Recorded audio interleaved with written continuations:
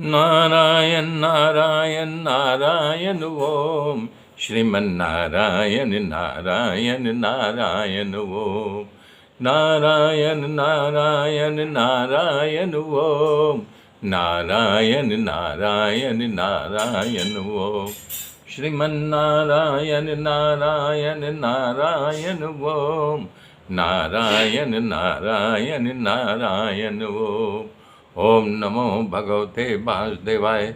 ओम परमात्मने नमः। तो इस प्रकार ने उन पांचों वेश्याओं ने धुंधकारी को मुंह में आग डाल करके जब नहीं मरा तो गला दबा करके मार डाला और उसी घर में ज़मीन खोद करके उसको दफन कर दिया। और एक एक करके जब कोई पूछता तो बोले हमारे पति जो है परदेश कमाने के लिए चले गए हैं। ऐसे ऐसे एक एक करके पांचों गायब हो गई, घर बंद था। तो इधर कथा आगे बढ़ रही है। नामदेव को पता चल गया कि कुछ अजीब परिस्थिति हुई है या कोई गांव देश का कहीं टकरा गया होगा। बोले तेरा भाई भी लापता है, कहाँ गया कुछ पता नहीं। 5 उल्टाओं को लाया था, वो भी लापता हो गई। तब बोले वो मर गया होगा, बोले ऐसे ही है। तब जा कर के गया में श्राद्ध करके नामदेव अपने घर पे आए कि देखें कि भाई ओ गोकर्ण, माफ़ करना नामदेव नहीं गोकर्ण।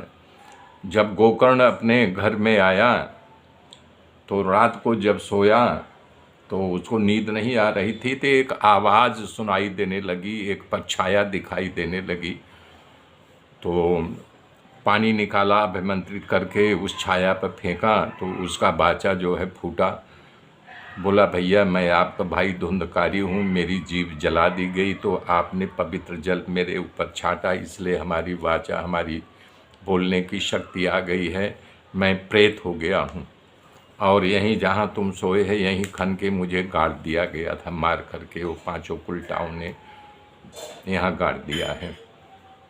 बोले मैं तो गांव वालों ने बताया था तेरे लिए, गया में जा कर के तेरा श्राद्ध है। बोले कि भैया हजारों तीर्थ करो, हजारों सब कुछ करो, और ये जो है नहीं कि दूर होने वाला बाद में करता हूँ फ़ोन, वो जो बोलता हूँ बोल रहा हूँ बाद में करता हूँ। तो बोले तब बोले कि भैया विद्वानों से राय लो, हमारी मुक्ति दिलाओ, मैं तड़प रहा हूँ मुक्त होने के लिए। हमने बहुत बड़े अपराध किए, धुंधकारी प्रेत योनि में गया है, मैंने उसको गया में जा कर के श्राद्ध किया लेकिन वो मुक्त नहीं हुआ है। तो बोले भाई इसके अलावा हमारे पास भी कोई शक्ति नहीं, एक काम करो तुम सूर्य भगवान की उपासना करते हो न? बोले हाँ।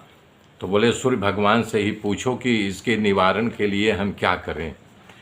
तब उनकी बात उचित लगी तो दूसरे दिन सुबह उठा, नहाया धोया, उस तुंगभद्रा नदी में भगवान को जल चढ़ाया और पूछा कि भगवान अपने भाई के लिए, प्रेत के निवारण के लिए मैं क्या करूं। तब भगवान ने कहा कि श्रीमद् भागवा मुक्तिम सप्ताह वाचनम कुरु। सूर्य भगवान ने कहा कि अपने भाई को प्रेत में से मुक्ति करने के लिए सप्ताह का वाचन करो भागवत का। तो वो सब गांव वालों को बताए, वहाँ पर एक आयोजन किया गया। 7 पौर का एक बांस वहाँ गाड़ा गया और कथा सुनाने के लिए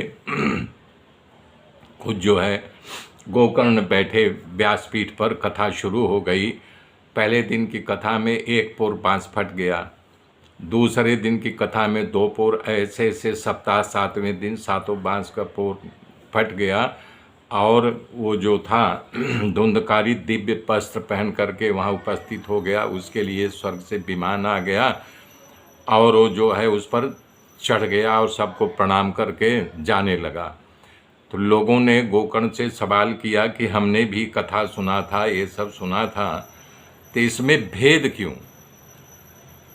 तब पार्षदों ने कहा कि देखो तुम जो भगवान के पार्षद आए थे लेने के लिए, बोले तुम लोग कथा सुन रहे थे, उसका मार्जन नहीं किया और ये अन्न जल इसको तो मिलता नहीं था। ये जो कथा सुनता था उसका मार्जन करता था, जैसे पशु चारा खा लेती है तो मुंह घुमा घुमा करके वो चागुली करती रहती है, इससे तुम लोगों ने कथा का मार्जन नहीं किया, इसलिए तुम लोगों को ऐसा नहीं। तो फिर से वहाँ पर कथा का आयोजन किया गया। भागवत के महात्म्य में लिखा गया है, फिर से यानी कथा का आयोजन किया गया। और फिर से जब सुने तो सब लोग अन्न जल छोड़ करके कथा को सुने, तो उनको वैकुंठ लोक करके मिला। श्राद्धे प्रयुक्तम पितृ तृप्ति माहवे नित्यम सुपाठ निर्भवम च।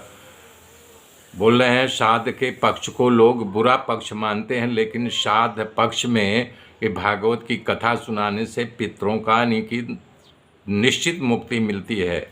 ये कथा श्राद्ध के पक्ष में अवश्य करनी चाहिए।